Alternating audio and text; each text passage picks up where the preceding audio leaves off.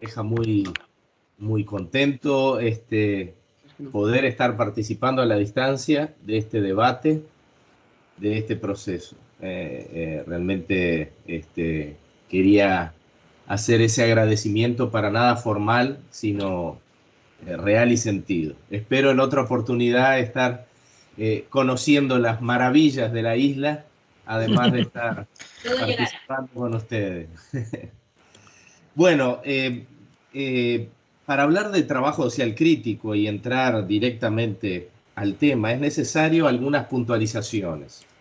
En primer lugar, rechazar cualquier idea de transformar esto en una moda que pueda encajar perfectamente en una autoimagen del trabajo social, como si al hablar de trabajo social crítico estuviéramos refundando, estuviéramos...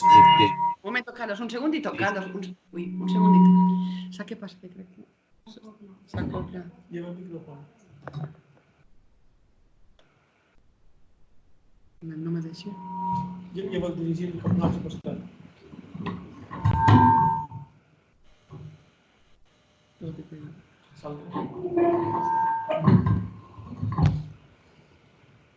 A ver, pero, a ver, no.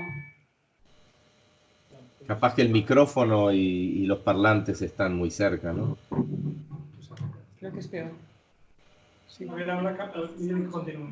A ver, pues lo siento, ¿puedes seguir? A ver si... Bueno, sí, ahora mejor.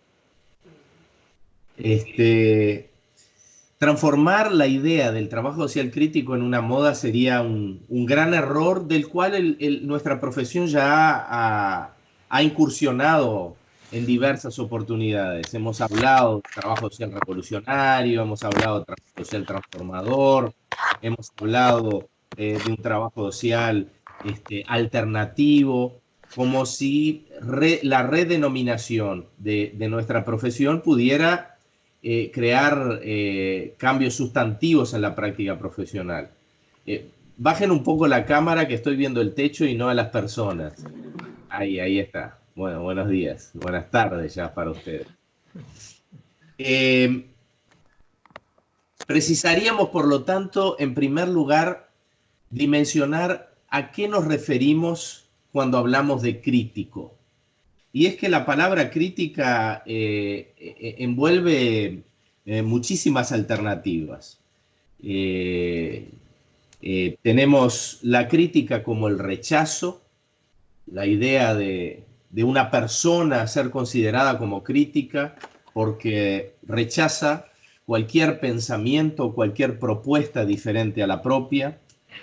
La idea de la crítica restaurativa o la crítica restauradora, como es ejemplo el neoliberalismo, que busca, que realiza una crítica al Estado benefactor, al estado de bienestar social, pero promoviendo una restauración de lo anterior al estado de bienestar social.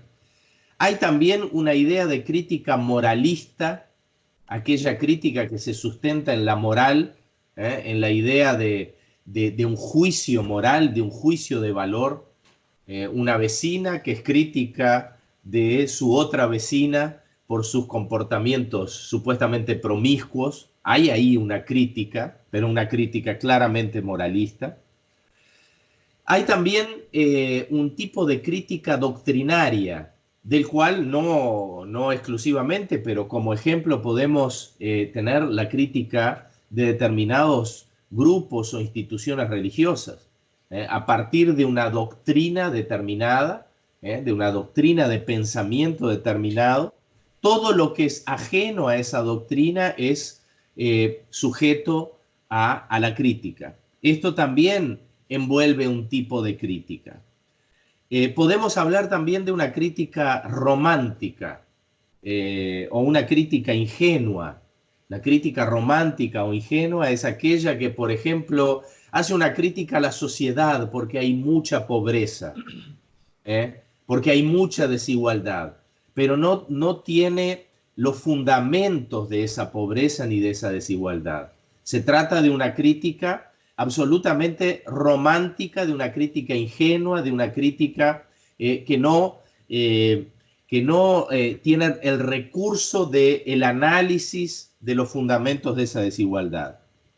Y podemos hablar, por otro lado, también de una crítica puntual o fenoménica, una crítica que aísla fenómenos o procesos, como por ejemplo también la crítica sobre la pobreza, que aísla la pobreza y la crítica a la pobreza del contexto social más amplio que crea esa pobreza, que crea esa situación. La crítica puntual a modo de ejemplo, es claramente la crítica posmoderna, que realiza sí un análisis crítico de la realidad, pero de realidades, o mejor dicho, de aspectos de la realidad.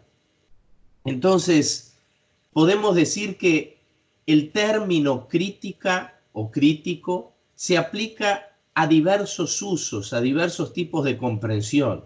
Yo diría aún más, dudo que alguien de ustedes conozca algún pariente, algún vecino, algún compañero de trabajo que se autodefina acrítico. No existe. Prácticamente nosotros no conocemos, no tenemos registro de cualquier persona que se pueda autoidentificar como no crítico, como acrítico. Entonces vean, si esta palabra crítica se aplica a tantos usos y a tantas posibilidades, y si esta autoimagen de crítico está presente en absolutamente todas las personas, porque este es un atributo del cual absolutamente todos los individuos se identifican, tenemos que precisar muy claramente de qué crítica estamos hablando cuando hablamos del trabajo social crítico.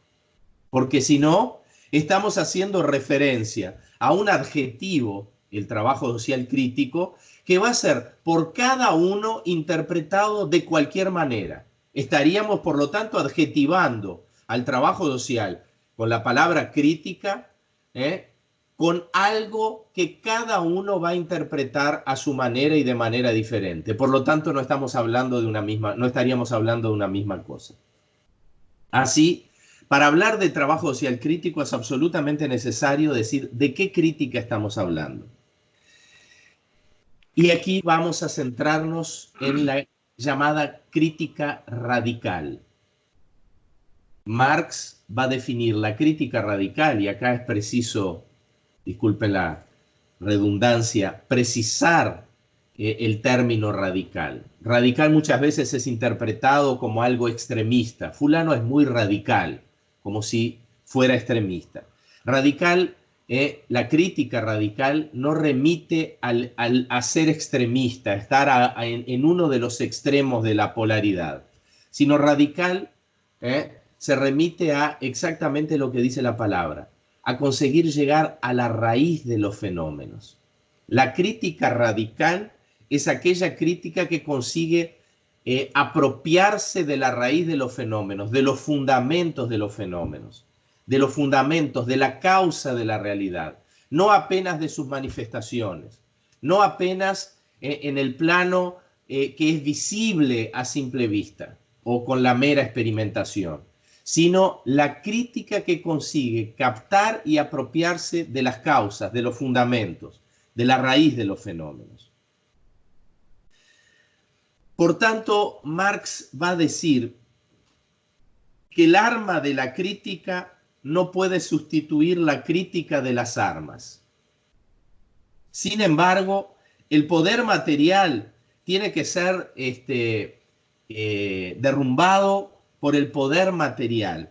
Sin embargo, cuando la teoría crítica se convierte, es apropiada por las masas, se convierte en una fuerza material. Quiero que registren esta frase de este pensador, porque esto es fundamental para el papel de la práctica del trabajador social. Nosotros que trabajamos, que lidiamos con la población, tenemos la capacidad de, en nuestra práctica profesional, contribuir para que las masas, para que la población, para que los sujetos con los que trabajamos se apropien del conocimiento de su propia realidad, de la raíz, de los fundamentos del conocimiento de su propia realidad, y no apenas de su forma fenoménica, de su manifestación, de su forma aparente. Por lo tanto, vean, el conocimiento teórico crítico no tiene la fuerza de transformar la realidad. Esto es un primer punto fundamental también para el trabajo social.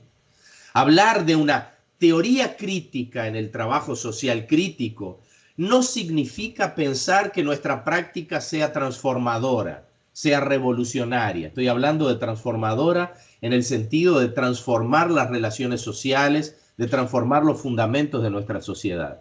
En nuestra práctica profesional, nosotros no eliminamos los fundamentos de la pobreza, pero podemos ciertamente promover cambios sustantivos y no irrelevantes en la vivencia de la pobreza, en la condición de los individuos en esa pobreza. El conocimiento crítico, teórico crítico, no produce una práctica transformadora.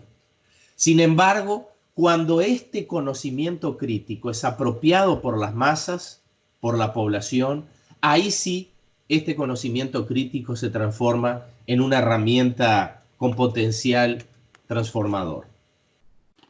En síntesis, la crítica radical a la cual estamos hablando como herramienta de análisis y como horizonte de acción no configura necesariamente una práctica transformadora.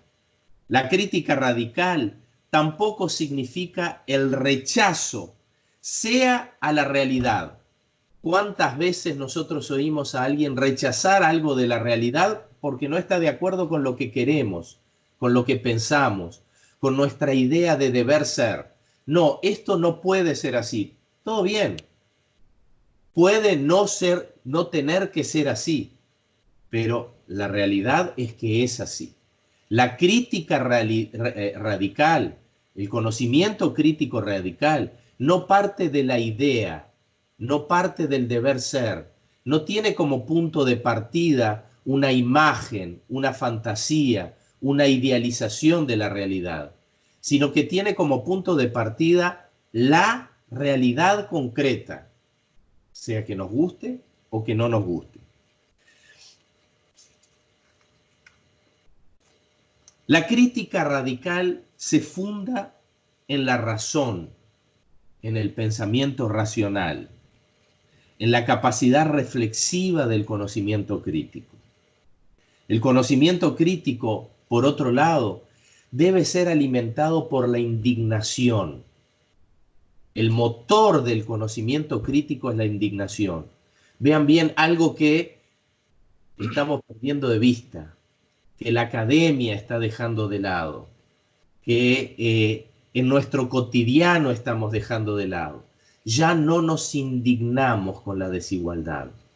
Ya perdimos la capacidad de indignación frente a las injusticias, a la pobreza, a la miseria.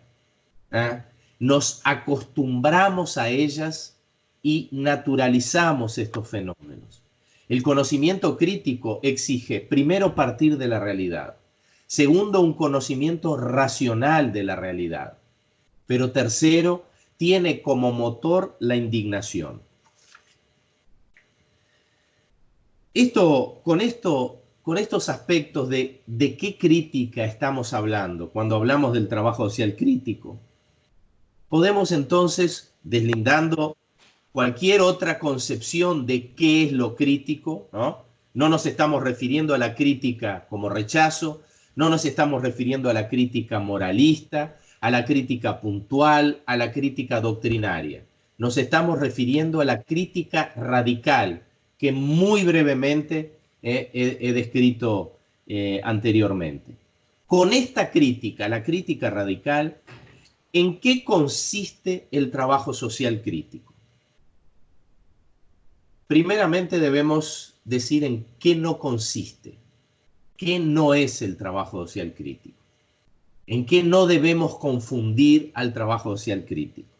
El trabajo social crítico no remite en absoluto a un grupo o tendencia o ideología dentro del trabajo social. No puede tampoco significar una nueva moda, lo decía anteriormente. Ahora hablamos de trabajo social crítico, ahora la palabra de moda es decir trabajo social crítico y pensamos que incorporando el término crítico al trabajo social, nosotros transformamos completamente las bases y los fundamentos sociohistóricos de nuestra profesión. Por otro lado, tampoco estamos hablando de un nuevo trabajo social, de una nueva profesión, diferente del trabajo social que conocimos. Ahora no, la nueva profesión es el trabajo social crítico.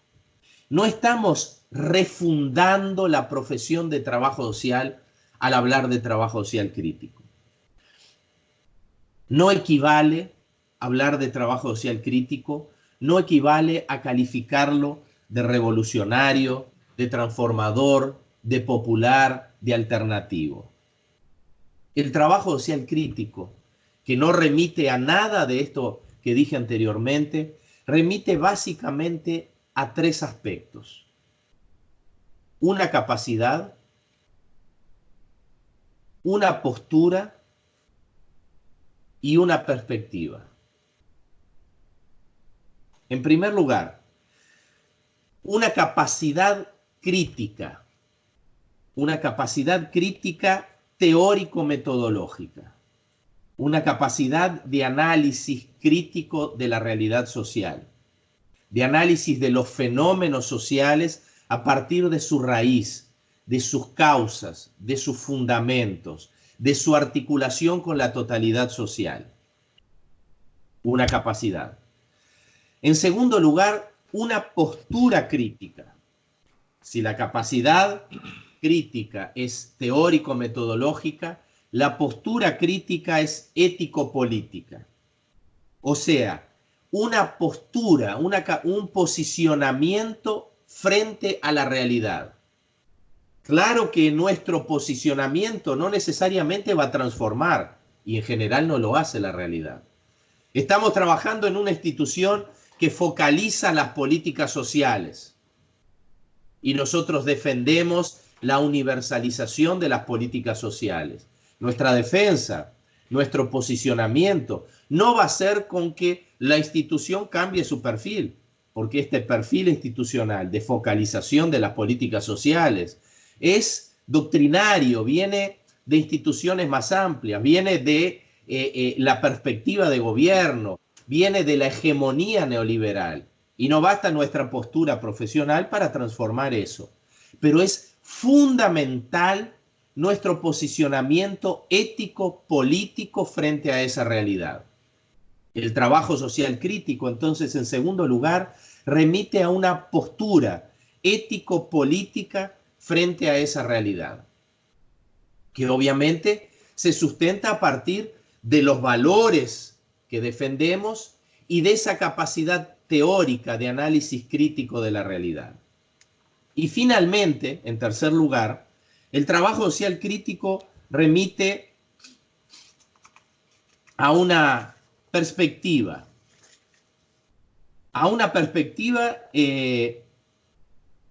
ideopolítica.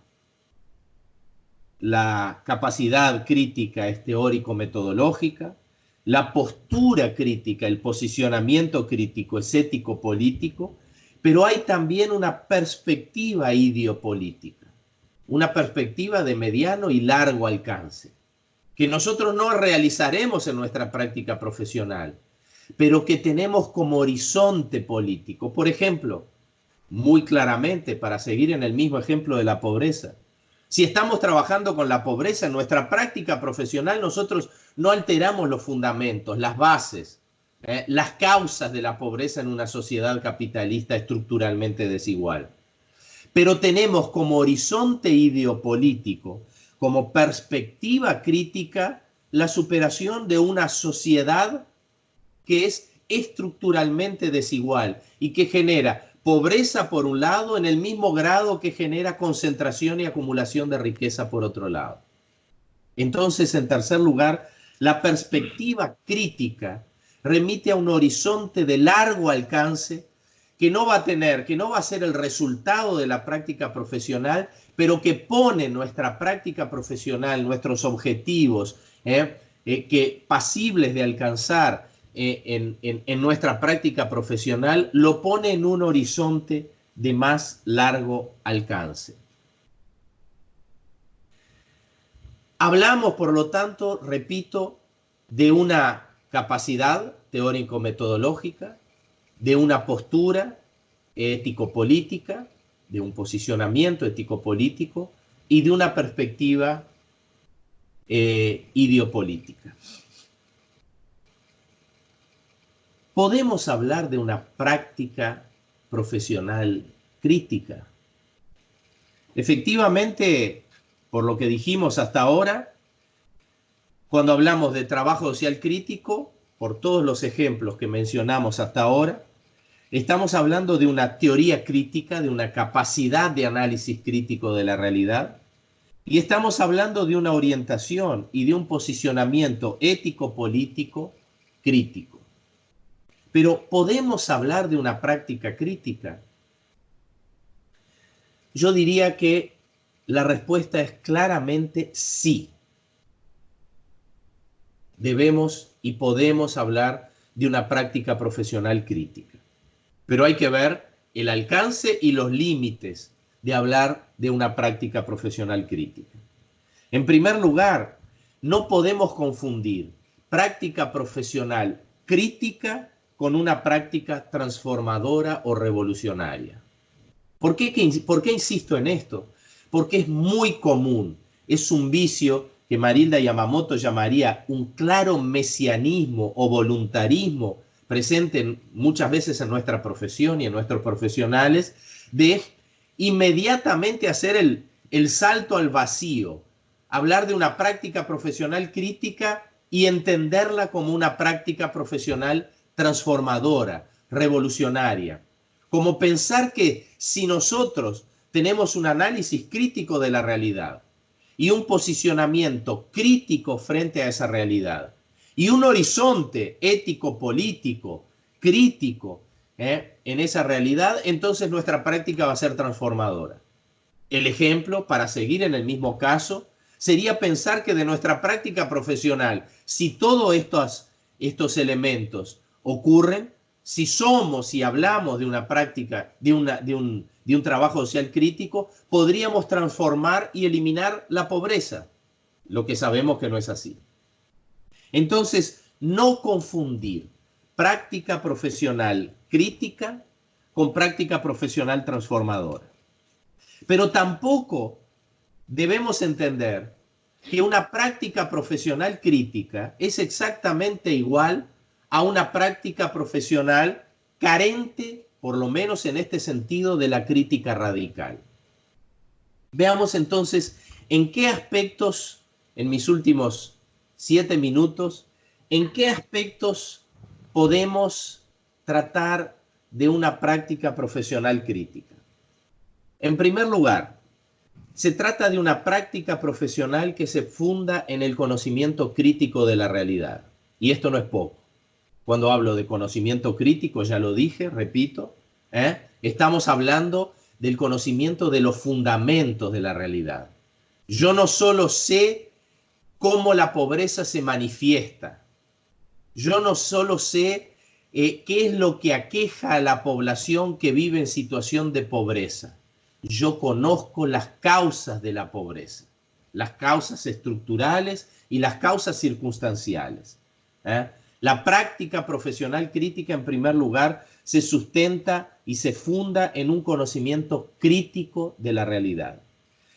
En segundo lugar, la práctica crítica envuelve la capacidad de identificar los diversos intereses presentes. Algo que muchas veces nosotros dejamos de lado. O pensamos que hay una homogeneidad en los intereses de los sujetos y de los actores que están presentes en la realidad con la que trabajamos. Como si todos fueran iguales, pensaran igual, tuvieran los mismos valores, la misma situación, las mismas historias de vida. Hay intereses diferentes, no solo en el grupo con el que trabajamos, sino en el contexto social más amplio. Hay intereses antagónicos que se hacen presentes en la realidad con la cual trabajamos.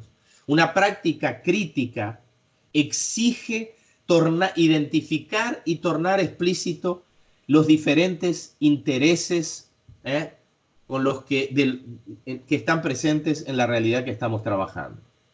En tercer lugar, se trata de una práctica, la práctica profesional crítica, orientada en determinados valores ético-políticos. Envuelve un posicionamiento y una postura articulada, comprometida con determinados valores. Un horizonte político-ideológico que en el largo plazo orienta la práctica profesional. En cuarto lugar, la práctica profesional crítica busca superar la relación inmediata entre necesidades y respuestas. Quien interviene directamente en la práctica profesional conoce muy bien esta relación, necesidades y respuestas. Muchas veces necesidades urgentes que demandan respuestas inmediatas. Y aquí entra lo que yo llamo el dilema de Sofía. O respondemos inmediatamente, constantemente, de forma inmediata a las necesidades urgentes de la realidad, dejando completamente de lado cualquier proyección o programación de mediano y largo alcance, o al contrario, planeamos nuestra intervención, orientándola en un mediano y largo alcance, pero sin responder con la urgencia que demanda determinadas necesidades. Este es el dilema de Sofía en nuestra práctica profesional. ¿Qué hacemos? ¿Nos agotamos a las respuestas inmediatas? ¿O, al contrario, planificamos nuestra intervención dejando de lado la urgencia que muchas veces las necesidades exigen? La práctica profesional crítica intenta articular la urgencia de determinadas respuestas a necesidades urgentes con la planeación y la planificación de una práctica profesional orientada a mediano y largo alcance. O sea, busca superar la relación inmediata entre necesidades y respuestas. En sexto lugar, la práctica profesional crítica envuelve la articulación con otros sujetos y autores, y actores, disculpen. No solo los usuarios o los sujetos con los que trabaja el trabajador social, que hacen parte de la realidad con la que trabajamos, sino también de otros actores institucionales. Trabajamos en instituciones y muchas veces decimos, no me interesa el poder institucional. Bueno, la noticia es que sin poder institucional poco podemos hacer. Es fundamental la articulación de los trabajadores sociales en la articulación con otros sujetos institucionales, con el poder institucional, para poder promover, para poder facilitar, para poder dar más potencialidad a aquellos proyectos y aquel tipo de práctica que nosotros defendemos. Pero no solo con actores institucionales, con otros sujetos sociales, ONGs, movimientos sociales, actores comunitarios, líderes sociales, grupos organizados que hacen parte de la realidad, directa o indirectamente. Si estamos trabajando con trabajadores, romper ese aislamiento de los trabajadores, generando o promoviendo el convivio y la articulación política con trabajadores de otros barrios, de otros contextos, pero que conviven realidades semejantes y coparticipan de los mismos intereses. Por otro lado, la práctica profesional crítica que no es transformadora, sin embargo tiene un potencial papel transformador. Y ahora recupero aquella frase de Marx, que dice, la crítica de las armas no supera el arma de la crítica.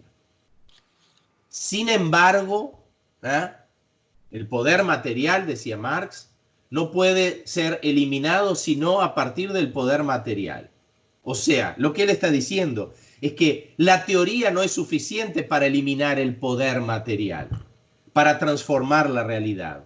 Pero él decía, sin embargo, cuando la teoría crítica es apropiada por las masas, entonces sí tenemos una herramienta potencialmente transformadora. Por lo tanto, en la práctica profesional crítica, nosotros tenemos esa herramienta. Nosotros podemos hacer uso de esta herramienta potencialmente transformadora, facilitando el acceso de información y de análisis crítico de los fundamentos del conocimiento crítico, de la raíz, de la propia realidad, a los propios sujetos que padecen esa realidad.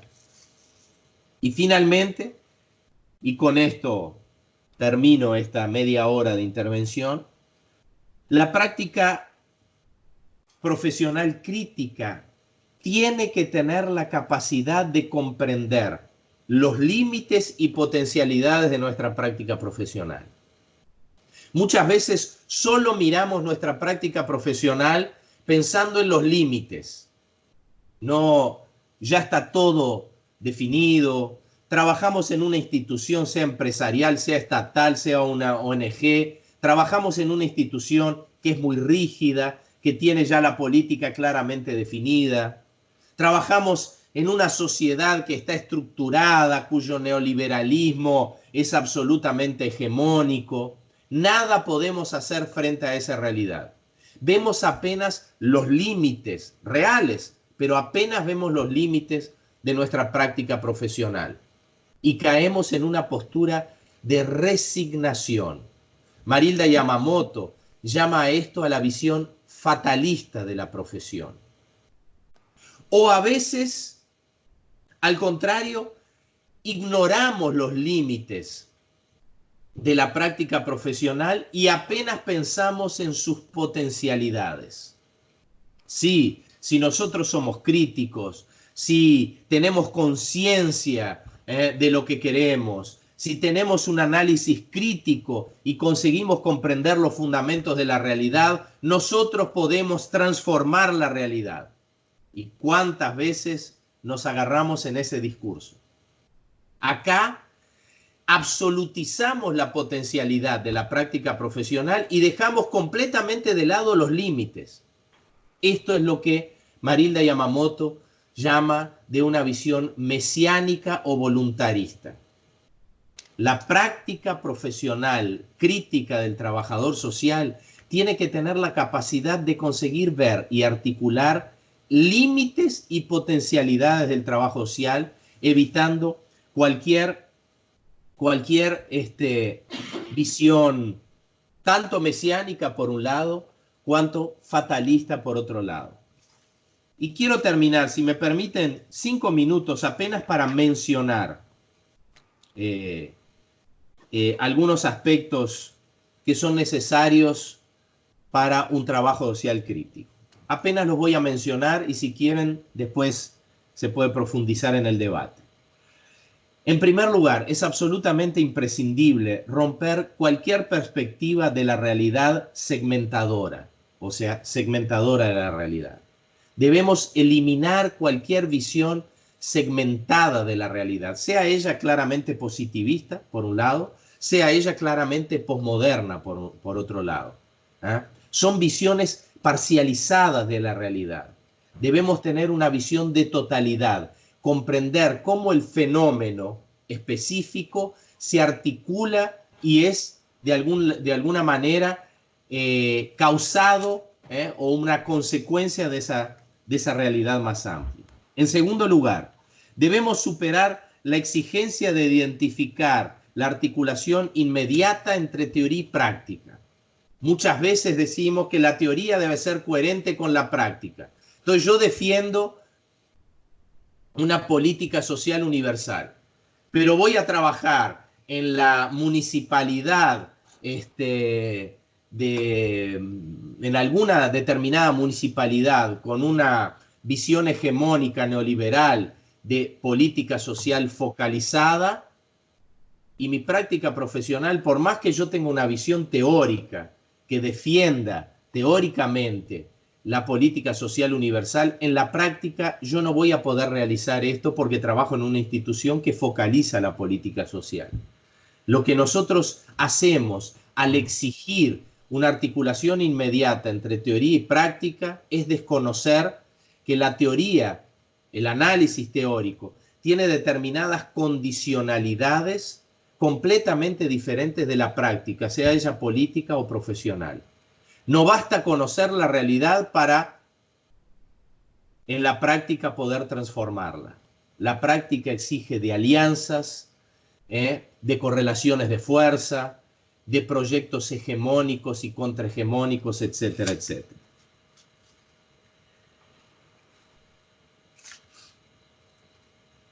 Superar, por otro lado, lo decía, tanto el mesianismo como el fatalismo. Romper, por otro lado, los moldes rígidos y metodologistas.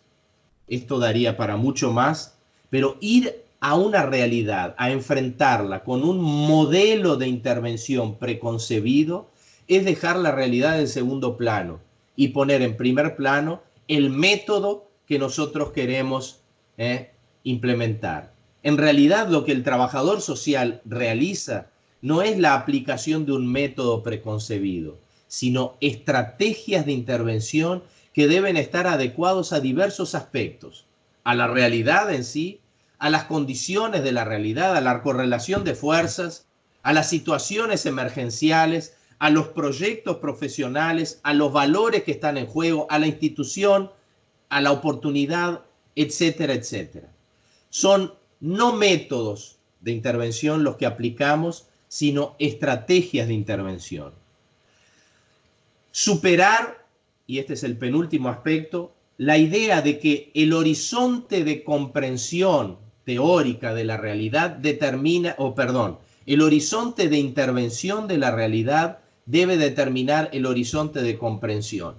¿Cuántas veces nosotros decimos, yo trabajo en una realidad micro, local, entonces no tengo interés de conocer la correlación de fuerzas, el juego político, la dimensión económica, nacional o internacional? No me interesa saber del neoliberalismo. Yo trabajo en un hospital materno-infantil.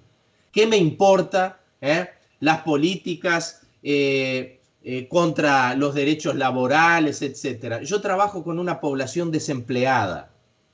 Muchas veces nosotros entendemos que nuestro horizonte de intervención limita o pone el límite del horizonte de comprensión de la realidad. No. Por más que nuestra intervención sea local, en un fenómeno específico, con un grupo determinado, nuestro horizonte de intervención es local, es específico, pero nuestro horizonte de comprensión debe ir mucho más allá de esa realidad específica y concreta. Y termino con esto. Una práctica profesional crítica debe politizar nuestra práctica profesional. Politizarla no en el sentido partidario, tampoco en el sentido de militancia, sea de militancia política, sea inclusive de militancia religiosa. Politizar nuestra práctica profesional es entender que nuestra práctica profesional se realiza en espacios de tensión, de contradicción de intereses. Politizar nuestra práctica profesional es poner de manifiesto esos intereses que están presentes. Y perdón por los 7 minutos que me tomé de más, pero con esto termino y abrimos ahí para el debate. Muchas gracias.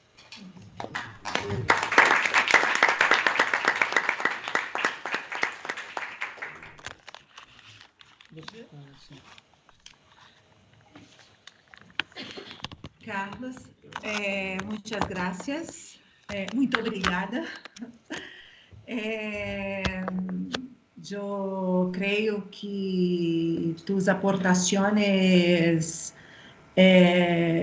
vão a contribuir muito, né, para nossas reflexões agora, especialmente em la apresentação dos resultados da investigação.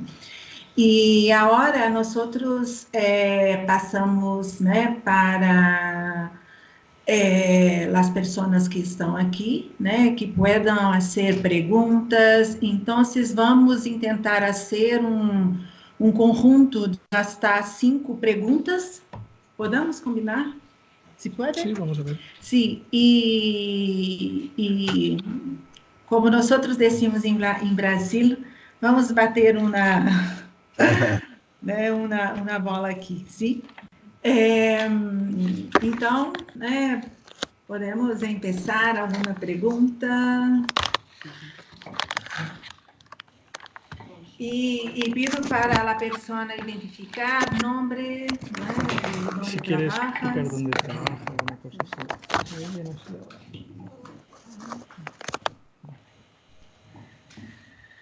Bueno, ¿quién rompe el fuego? Nosotros le pedimos a Carlos, si queremos decir un poco esta visión, ¿verdad? Desde un poco que hiciera dentro de el proyecto que ya se os ha explicado un poco, ¿no? De la imagen de las profesionales, de las trabajadoras y trabajadores sociales, un poco desde esta aportación que tenemos en esta universidad y en el conjunto de universidades españolas, la ausencia un poco, digamos, de formación en este trabajo social crítico y un poco que aportar también esta otra visión, porque seguro que, como os habéis dado cuenta, algunas de las reflexiones que lanzaba Carlos, pues eso, ¿no? Algunas ideas pues nos producen una cierta reflexión precisamente sobre el tema, ¿no? Sobre la profesión, que es de lo que se trataba, ¿verdad?, de trabajo social. También te agradezco, Carlos, mucho el esfuerzo de síntesis, que en media hora sabemos que es complicado.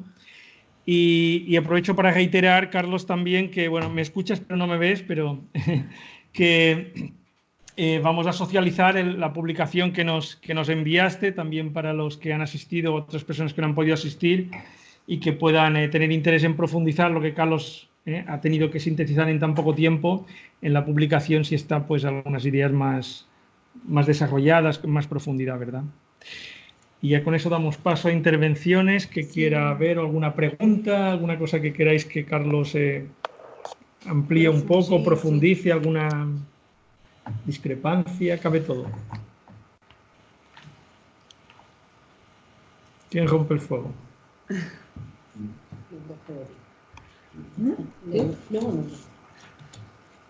O desde la mesa.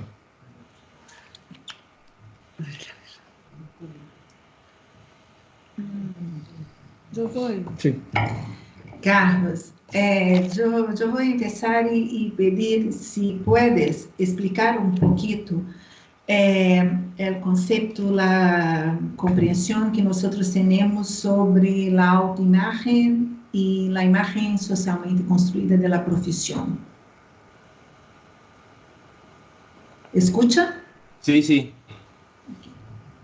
Son cinco cuestiones, cinco Sí. preguntas, ¿no? Sim. Sim, sim. Aí, se vem aqui, sim, para que Para que te pueda oír, escuchar sí. mejor. Espera, quizá. Algo de azafata. Ya me has quitado el papel que me gusta. A ver si me sé explicar. Sí. Hola. Hablabas del dilema de Sofía. Preséntate. Preséntate, Nico, si te parece. No, presentar. Presentar. No, no. Bueno, soy Nicolás, trabajador social de un servicio de inserción laboral. Y mi pregunta va con el dilema de Sofía. Entonces, hablabas de... Espera. Lo acabo. Ah, Ahora. sí. Hablabas de eso, de más allá de dar una respuesta inmediata, de trabajar un poco más la metodología y el trabajo a medio o largo plazo, ¿no? Para dar una respuesta más completa, entiendo. Mi pregunta va desde nuestro puesto, desde el mío al menos, desde el trabajador social dentro de una institución que me limita mi margen de maniobra, ¿cómo puedo ir más allá de dar una respuesta inmediata y construir algo más concreto? ¿Se entiende? Muy bien. Perfectamente. Vale. Gracias. ¿Alguna pregunta más que queráis plantear? ¿Los estudiantes quizá o no? ¿No os atrevéis? ¿No? Los estudiantes quieren saber que cuándo te contratamos en esta universidad. Es que si no digo un par de tonterías. ¿Que alguien se atreve? No han de ser preguntas, sugerencias, algo que os haya sugerido en No entendí. su intervención, Sí, si os ha resultado novedosa o os ha abierto alguna ventana. Sí.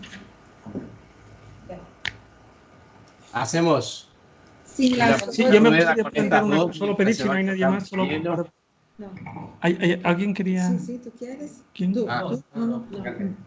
Sí, solo me gustaría pedirte, Carlos, si podrías ampliar un poco la cuestión referida que hemos comentado alguna vez, ¿verdad? Y en algún Skype anterior tú has comentado un poco por encima la cuestión referida a los espacios de contradicción en que ejercemos la profesión, ¿no? En esa idea o esa frase de lo de los trabajadores sociales un poco como escudo, ¿no? De las políticas sociales o de las políticas de nuestras instituciones, ¿no? Si podéis ampliar solo un poco ahí esa idea. los espacios de contradicción y lo último no Sí, capté. decía sí, el papel que tenemos en ocasiones inconscientemente, ¿no? De defensores, de escudo de las políticas sociales, ¿no? Ujú. Ah. Bueno, ¿alguien más o vamos? Vamos. Si te parece, contestamos estas. Y después Ujú. vamos. Bueno, para no extenderme también, porque cada una de estas cuestiones ameritaría no necesariamente una respuesta, pero sí una reflexión más amplia.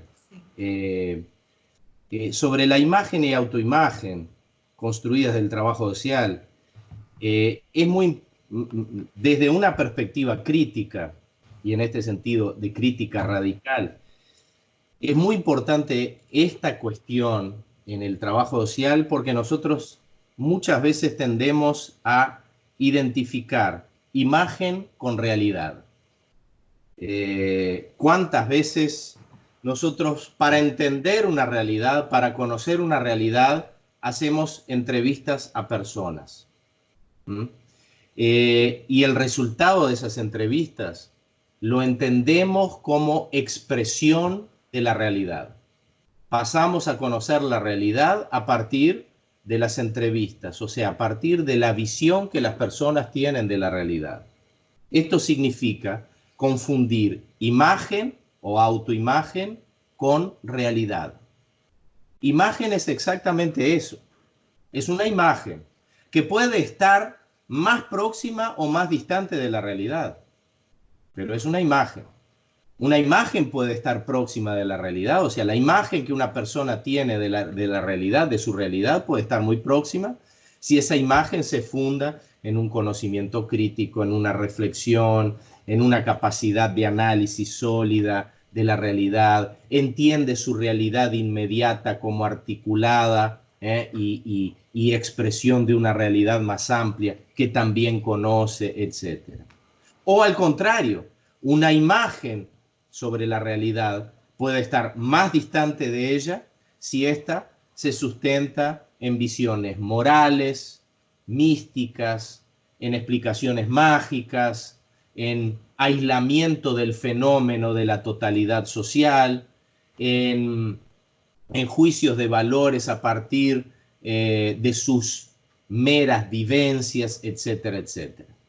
En esto el papel de la religión, el papel de la media, de la televisión, etcétera, etcétera, tiene mucho que ver. Formamos, o mejor dicho, se forman imágenes de la realidad, formas de comprensión de la realidad a partir de estas instituciones, que muchas veces son distantes de la realidad. El conocimiento crítico tiene que saber que es muy importante la imagen de la realidad.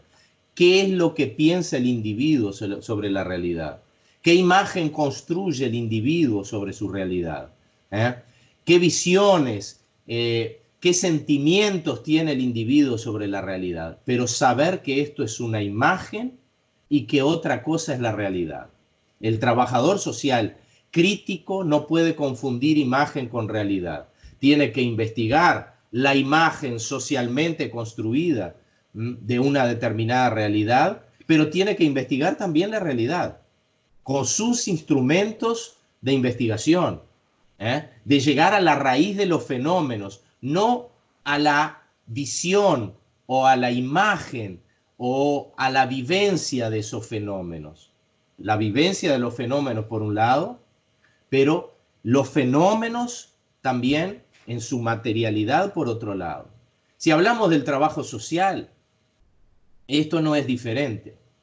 Hay una imagen y autoimagen del trabajo social también construida, que no necesariamente expresa directamente los fundamentos del trabajo social. ¿Cuántas veces la imagen del trabajo social o del trabajador social es de un actor benefactor que realiza el bienestar social, que está al servicio de los pobres, de los sectores carentes? Dicho de forma muy simple y tal vez simplificada, esta es una autoimagen muy común construida por el profesional. Pero la realidad, los fundamentos de nuestra profesión expresan algo muy diferente de esta autoimagen construida. La realidad, los fundamentos de nuestra profesión expresan o muestran una profesión históricamente construida en el contexto de estados de bienestar social, que son estados capitalistas, que promueven el llamado bienestar social a través de las políticas sociales, a través de los servicios sociales, a través de la acción social estatal, para tres fundamentales objetivos. Uno, impactar de alguna manera en la desigualdad social, aunque sea mínimo, promoviendo de alguna manera mejoras en las condiciones de vida, respuestas a determinadas necesidades. Podemos hablar de esto, la función social de las políticas sociales. Dos, hay también una función económica en todo esto.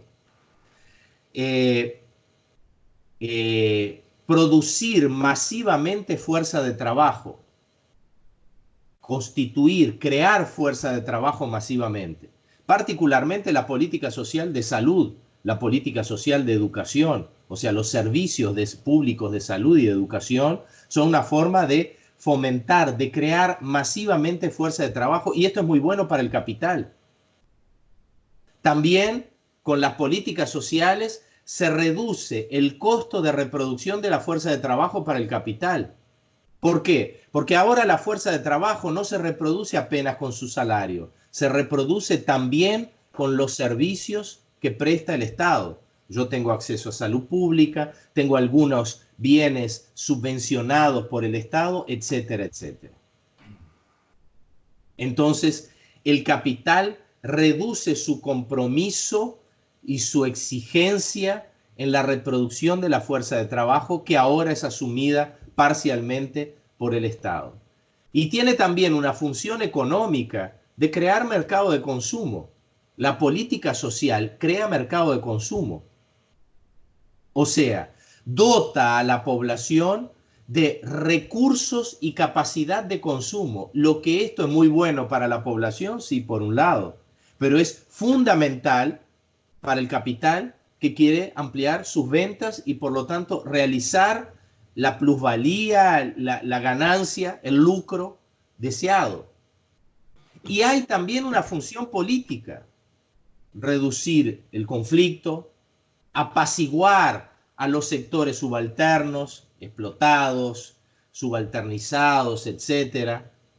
Crear una demanda hacia el Estado, puntualizada, sectorializada, focalizada, en el cual la política social atiende un aspecto en un barrio, otro aspecto en otro barrio. Entonces, en síntesis, hay una función política, o si quieren, política ideológica, de legitimación del sistema, a través de las políticas sociales, a través del estado de bienestar social y, por tanto, a través de la práctica profesional del servicio social, del trabajo social. se contribuye con un proceso de legitimación del orden social. Vean bien la distancia que hay entre la autoimagen de la profesión, que crea, repito, una autoimagen de que estamos al servicio de los sectores subalternos, de los pobres, de que realizamos el bienestar social, de que solo realizamos aquellas y trabajamos en torno a aquellas necesidades de los sectores más empobrecidos, etcétera. Autoimagen de nuestra profesión y, por otro lado, los fundamentos de nuestra profesión a partir de un análisis histórico del sistema capitalista que crea a partir del estado de bienestar social, cuando las políticas sociales intervienen en la cuestión social o en sus manifestaciones, crea el espacio y las condiciones para la profesión del trabajo social. Inserto en ello una práctica profesional o una profesión que actúa no solo en la respuesta a las necesidades, sino también en la reproducción de la fuerza de trabajo, más barata para el capital, masiva para el capital, disminuyendo los costos para el capital, interviene en procesos que amplían el mercado de consumo y, en síntesis, interviene en procesos de legitimación social, lo que todo esto es fantástico para el capital. Entonces, la autoimagen, importante de analizar, pero se distancia claramente de un análisis concreto y sólido, histórico, de los fundamentos de la profesión. Hay mucho más sobre esto, pero ya me extendí demasiado. Vamos a la pregunta de Nicolás, ¿no? Sobre el dilema de Sofía y cómo dentro de una institución, cómo ir más allá de lo inmediato. Cada contexto y cada institución va a tener procesos diferentes y, por lo tanto, evitando tanto el mesianismo por un lado, cuanto el fatalismo por otro lado, tenemos que analizar esa realidad. No podemos caer en el fatalismo de estoy en una institución que determina todo, absolutamente todo, nada puedo hacer más allá de lo inmediato. Pero tampoco caer en el mesianismo o en el voluntarismo. ¿Qué importa la institución? Ellos son inmediatistas, pero yo entiendo que debe ser así, así, etc. No, hay que analizar claramente en cada realidad concreta la articulación y las potencialidades y los límites. Y cómo esas potencialidades pueden ser ampliadas y cómo esos límites pueden ser reducidos. Y eso es un juego de política. No puedo hacer nada de esto si yo soy un actor aislado. ¿Cómo voy a poder promover mi acción profesional que quiero de mayor largo alcance si yo soy un actor aislado en una institución? Tengo que articularme. Tengo que articularme con otros actores institucionales que entiendan de la misma manera o de manera similar la necesidad de ir más allá de la respuesta inmediata. Pero tengo que articularme también con los sujetos, porque muchas veces el propio individuo está feliz con la respuesta inmediata. Voy a dar un ejemplo muy rápido. Si yo estoy con una situación de virosis ahora en la moda del coronavirus, si yo estoy con una situación de virosis y voy al médico, ¿qué es lo que yo quiero del médico? Que el tipo me haga un diagnóstico en ese instante y me determine un tratamiento que me permita la rápida recuperación. Y si el médico me dice, no, vamos a esperar un poquito, usted se va a mantener en calma con ese virus ahí, pero nosotros vamos a hacer un estudio de mediano plazo y de largo alcance para su tratamiento. Mandamos al médico a aquel lugar y vamos a buscar a otro médico, porque lo que nosotros queremos en esa situación es una respuesta inmediata. La población demanda y exige también respuestas inmediatas. La población que está pasando hambre no está pensando en un tratamiento o en una intervención de mediano plazo. Está pensando en comer ahora. Respuesta inmediata. Y nosotros tenemos que dar esa respuesta inmediata. Pero esa respuesta inmediata no puede ser un comer ahora aislado. El comer ahora tiene que estar articulado a un derecho, al derecho de la alimentación. El comer ahora tiene que estar articulado a una política social. Comer ahora no puede ser algo fortuito y pasajero. Comió ahora, se satisfizo, pasó el hambre. ¿Y después qué?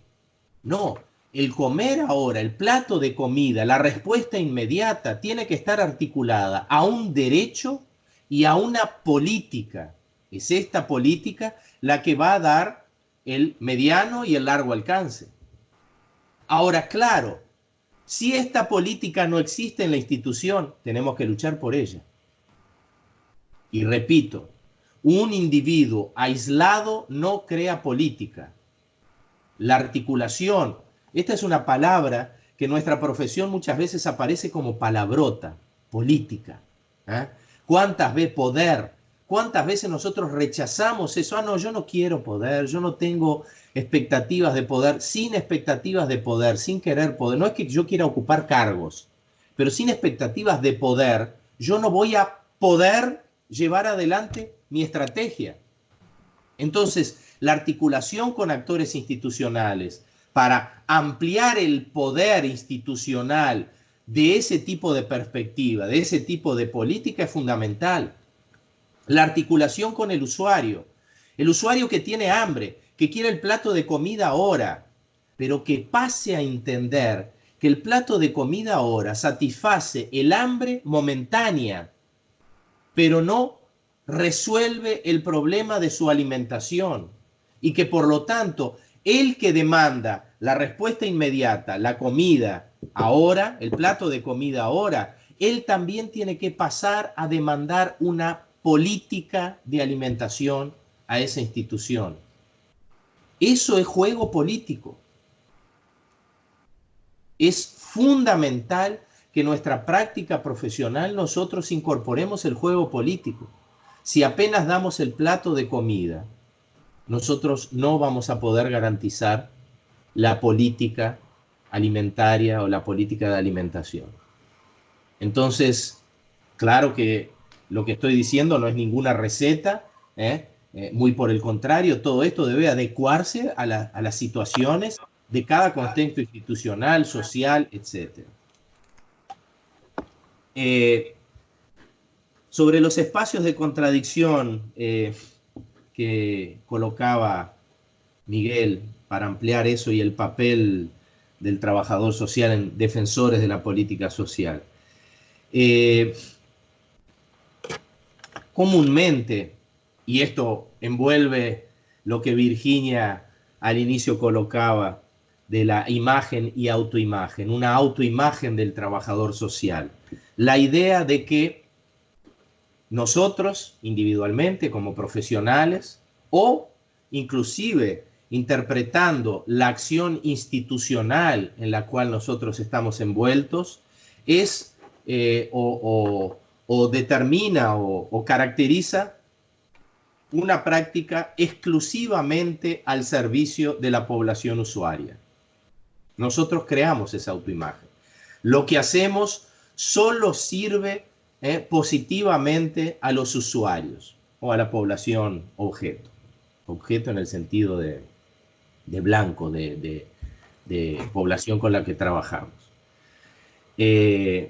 Difícilmente entendemos que la acción que realizamos, que es una acción institucional, es una acción institucionalizada, nuevamente autoimagen. Creamos la autoimagen de que nosotros realizamos una práctica, una intervención. No, quien realiza esa intervención es la institución y nosotros somos parte de la institución, con relativa autonomía, con proyectos propios, haciendo parte de determinada correlación de fuerzas, etc. Pero nosotros hacemos parte de la institución. La intervención es institucional. La política social es de la institución. El servicio social es de la institución. Nosotros estamos insertos en esa institución. Entonces, muchas veces lo que hacemos, al ignorar que la práctica es institucional y pensar que la práctica es individual, es nuestra, nosotros ignoramos que esa práctica está presente en el contexto de varios intereses e intereses contradictorios.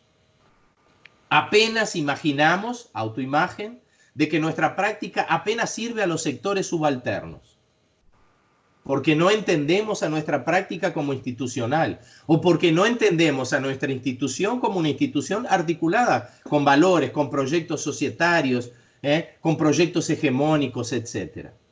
Nuestra práctica, la política social en la cual estamos insertos, los servicios sociales en los cuales estamos insertos, sirve diferentemente a intereses diferentes.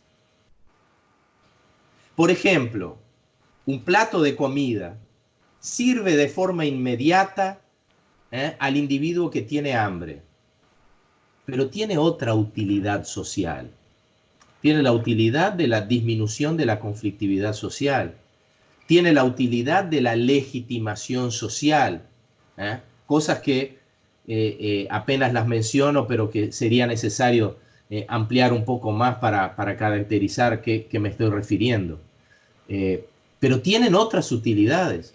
Tiene la utilidad de reforzar un proyecto hegemónico que acumula capital, que acumula riqueza por un lado, y que genera cada vez más empobrecimiento por otro lado. Entonces, en lugar de tratar el empobrecimiento a partir de la disminución de la acumulación de riquezas, afectando directamente la estructura social, yo trato la pobreza como un fenómeno aislado, dándole un plato de comida. Vean el potencial legitimador y el potencial nuevamente de comprensión de la realidad. Creamos una realidad, creamos una visión de la realidad, disculpen, una imagen de la realidad, de que el pobre es pobre por su propio comportamiento, de que la pobreza existe como un fenómeno aislado. No comprendemos la pobreza como el otro lado de la moneda de la acumulación de riqueza. En el año 2016, la humanidad conquistó un hito histórico. Por primera vez en la historia de la humanidad, el 1%, 1%, no estoy siendo exagerado, es literal, el 1% de la población humana retiene más del 50% de la riqueza. O sea, dividamos la riqueza socialmente existente en dos partes. 1% detiene esta mitad. El otro 99% de la población detiene la otra mitad, del cual este 99% hay una desigualdad monumental. Tratamos la pobreza, al tratar la pobreza como un fenómeno aislado, nos olvidamos y contribuimos a crear la imagen de que la pobreza se autogenera y no es el resultado de esta enorme, radical, absurda acumulación de riqueza.